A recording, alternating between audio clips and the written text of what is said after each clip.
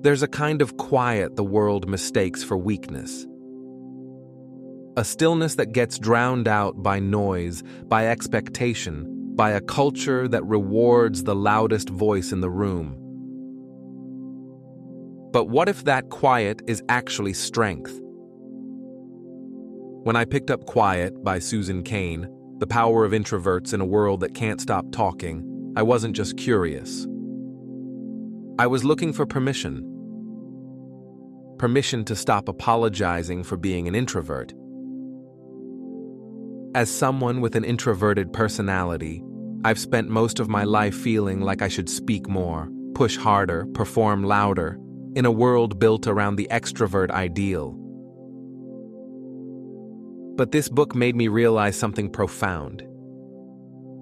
Introverts aren't lacking confidence or ambition. We're wired differently. We listen more than we speak. We think deeply.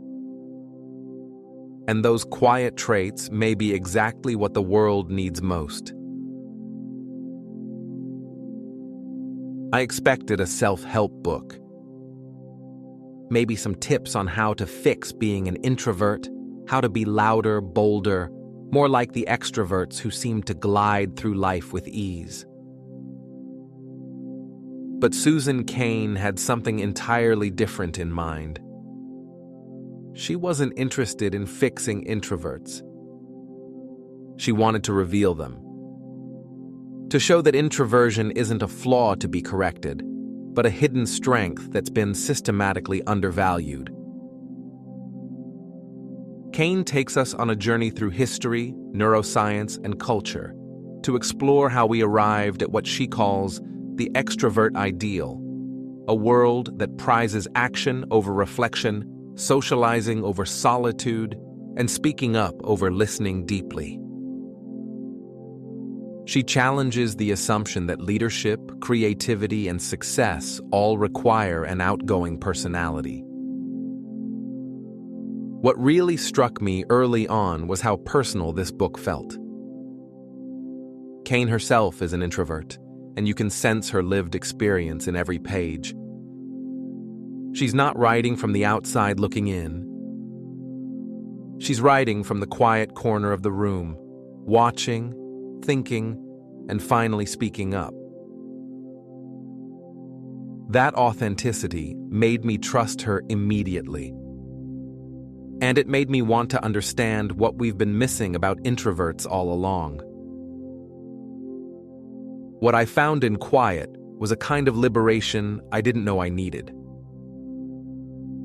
Cain doesn't just defend introversion, she reframes it entirely.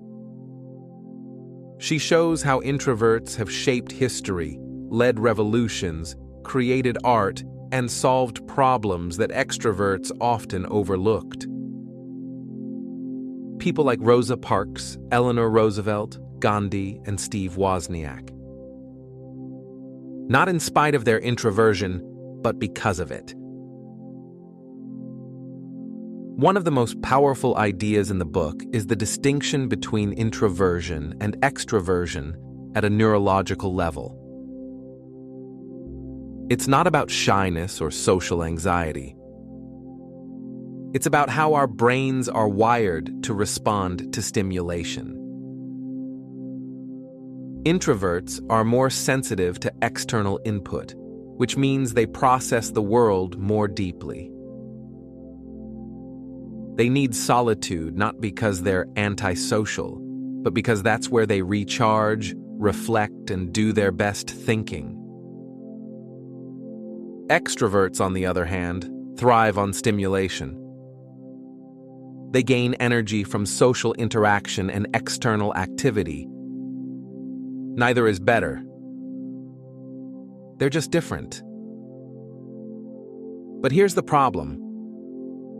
Our culture has been designed almost entirely around extrovert preferences. Open office plans, brainstorming sessions, group projects, constant collaboration. We've built systems that assume the best ideas come from the loudest, fastest, most socially dominant voices. And in doing so, we've silenced some of the most thoughtful, creative, and insightful people among us.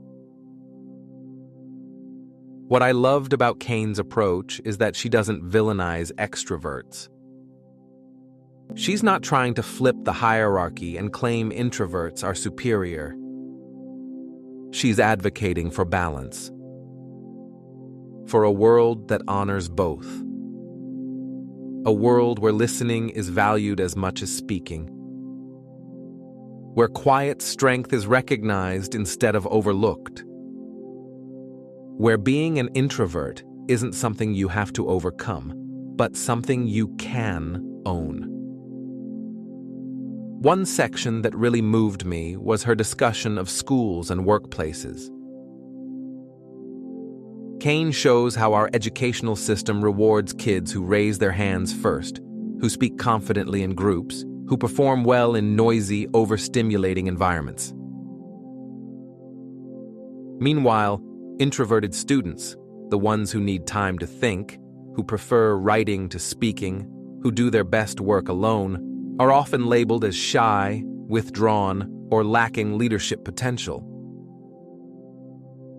The same dynamic plays out in the workplace. Meetings favor those who think out loud. Promotions often go to those who self-promote. Introverts, who may be doing deep, meaningful work behind the scenes, get passed over simply because they're less visible.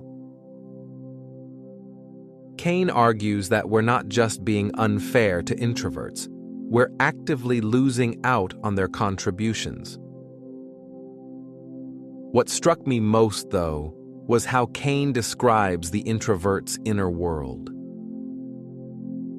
She portrays it as rich, intense, and deeply alive. Introverts feel things deeply. They notice details others miss. They reflect, question, and search for meaning. And while that sensitivity can be exhausting in a noisy world, it's also a gift. It's what makes introverts such careful thinkers, such empathetic friends, and such powerful listeners. Cain also explores the idea of acting out of character, those moments when introverts push themselves to be more extroverted. She doesn't say we should never do this. Sometimes it's necessary. Sometimes it's even fulfilling, especially when it serves something we care deeply about. But she warns against living that way all the time. Because when we spend too much energy pretending to be someone we're not, we burn out. We lose ourselves. We forget what makes us powerful in the first place. If you've ever felt like the world wasn't built for you, quiet can feel like coming home. It's not a book that asks you to change. It's a book that invites you to see yourself clearly, maybe for the first time. To stop apologizing for needing solitude. To stop feeling guilty for not wanting to be the center of attention. To understand that your way of moving through the world, thoughtfully, carefully, deeply, is not a limitation. It's a superpower. Imagine what your life could look like if you fully embraced your introversion. If you stopped forcing yourself into molds that don't fit. If you designed your days around your strengths instead of someone else's expectations. Maybe you'd give yourself permission to say no to draining social events.